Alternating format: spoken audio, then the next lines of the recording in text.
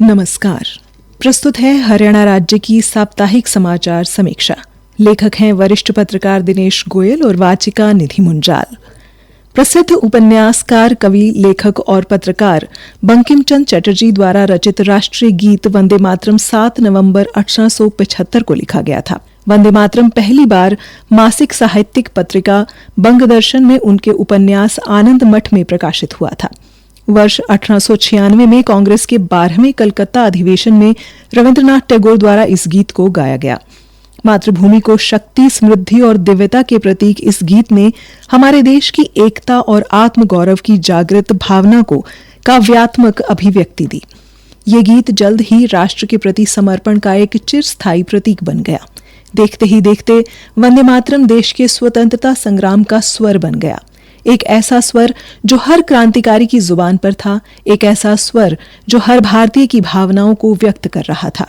स्वतंत्रता के बाद भारत के प्रथम राष्ट्रपति डॉक्टर राजेंद्र प्रसाद द्वारा वर्ष 1950 में वंदे मातरम को राष्ट्रगीत का दर्जा प्रदान किया गया। ब्रिटिश सरकार इस गीत की लोकप्रियता से भयभीत हो उठी और अंग्रेज सरकार ने इस गीत पर प्रतिबंध लगाने पर विचार करना शुरू कर दिया था। इतना ही नहीं, इस गीत के विरुद्ध अंग्रेज सरकार द्वारा दुष्प्रचार भी किया गया और तरह तरह के भ्रम फैलाने के कार्य को अंजाम दिया गया।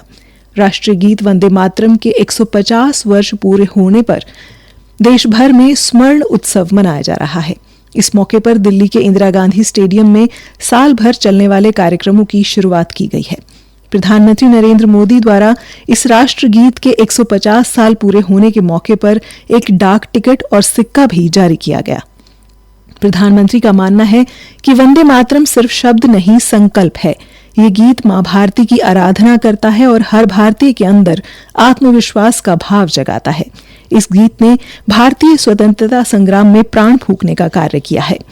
हरियाणा विधानसभा अध्यक्ष हरविंदर कल्याण का मानना है कि वंदे मातरम केवल एक गीत नहीं बल्कि भारत माता के प्रति समर्पण, श्रद्धा और स्वाभिमान का प्रतीक है, जिसने राष्ट्रीय एकता और देशभक्ति को पंख दिए हैं।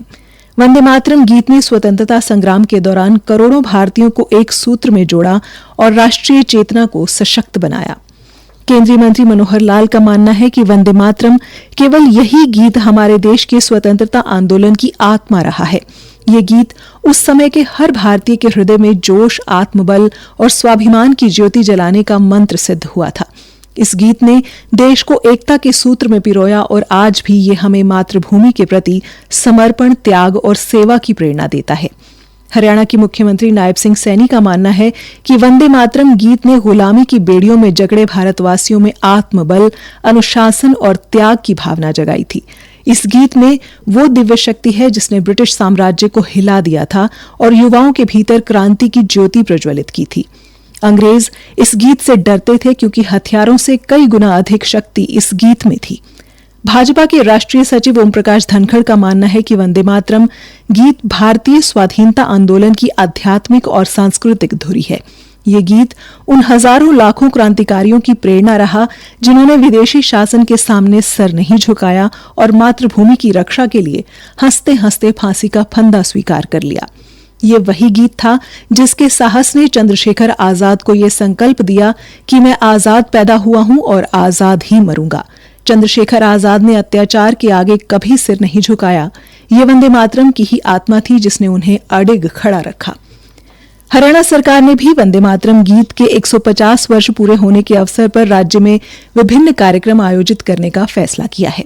गुड़गांव में वंदे मातरम के रचयिता श्री बंकिम चंद्र चट्टोपाध्याय के जीवन एवं कृतित्व पर आधारित विशेष प्रदर्शनी का आयोजित किया जा रहा है। प्रदर्शनी में उनके जन्म, शिक्षा, साहित्यिक यात्रा, राष्ट्रभक्ति से ओतप्रोत उनकी सोच तथा वंदे मातरम गीत की रचना से जुड़े महत्वपूर्ण प्रसंगों को आकर्षक ढंग से प्रस्तुत किया गया है।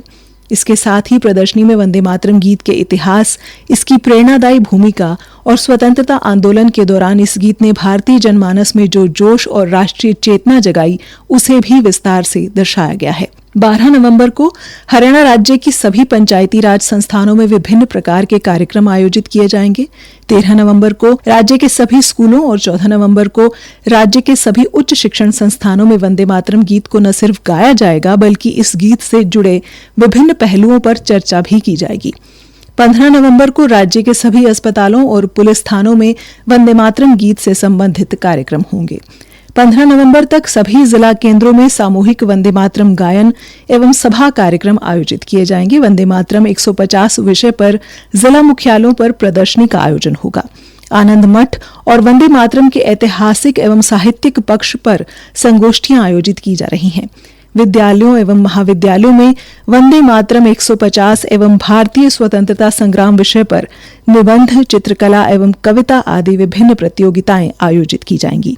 26 नवंबर को संविधान दिवस तक सभी विद्यालयों और महाविद्यालयों में वंदे मातरम 150 का सामूहिक वाचन किया जाएगा। इन कार्यक्रमों में वंदे मातरम गायन, विशाल मानव श्रृंखला, स्टेडियम में महापुरुषों की झांकियां, सामूहिक राष्ट्रगीत गायन, स्कूल, पुलिस व अन्य बैंड द्वारा वंदे मातरम का गायन किया जाएगा। इसी के साथ ये समाचार समीक्षा समाप्त हुई। नमस्कार।